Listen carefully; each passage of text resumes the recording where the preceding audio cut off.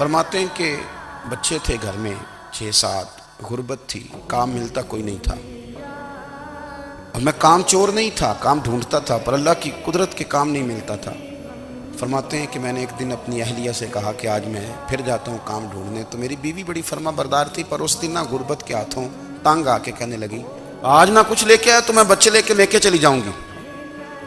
شیخ فرماتے ہیں کہ میں بڑا پریشان گھر سے نکلا، پر میں نے صبح سے لے کے زور تک کام ڈھونڈا، کام ملا کوئی نہیں۔ تو میرے دل میں خیال آیا چلو کام نہیں ملتا تو اللہ اللہ تو کرے نا، چلو بندوں کی مزدوری نہیں ملتی تو رب کریم کی عبادت ہی کرتے ہیں۔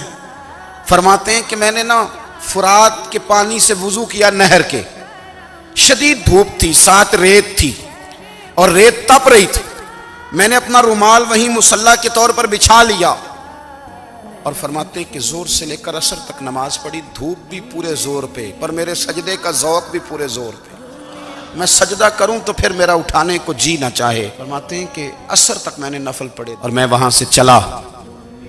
اب میں جب نکلنے لگا تو دل میں خیال آیا کہ چھوٹی چھوٹی دیواریں ہیں گھر کی، بغیر کچھ لیے جاؤں گا تو بیوی دور سے دیکھے گی تو شور کرے گی کہ پھر خالی ہاتھ آ گیا ہے۔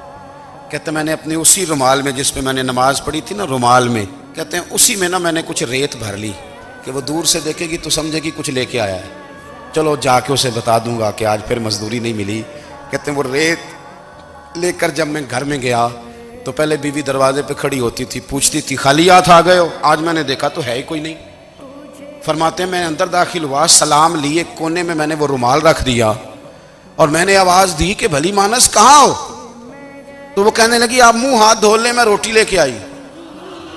میں نے کہا روٹی کہاں سے آ گئی؟ یہاں تو کئی دنوں کے فاقے، تو کئی دنوں کی غربت ہے، یہاں تو اس گھر میں تو فقیری ہے۔ فرماتے ہیں کہ وہ روٹی لے کے آئی اور اس وقت کی جو موجودہ نعمتیں تھیں، سمجھ لیں سلاد، اچار، ہر چیز ساتھ لائی۔ میں نے کہا کہ بچے کہاں گئے؟ کہنے لگی وہ کھانا کھا کے کھیلنے گئے، آپ کھانا کھا لیں آ جاتے ہیں۔ کھانا اس نے چن دیا۔ میں نے حیرت انگیز لہجے میں ساری نعمتیں اپنے دسترخوان پہ دیکھ کر کے بیوی سے پوچھا یہ کہاں سے آیا کھانا؟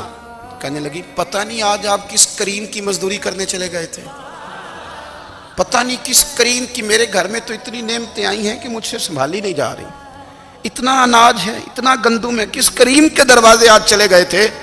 یہ کہتے کہتے وہ اٹھی اور اٹھ کر کے کہنے لگی پہلے بڑا کچھ آیا تھا، اب کیا لے آئے ہو؟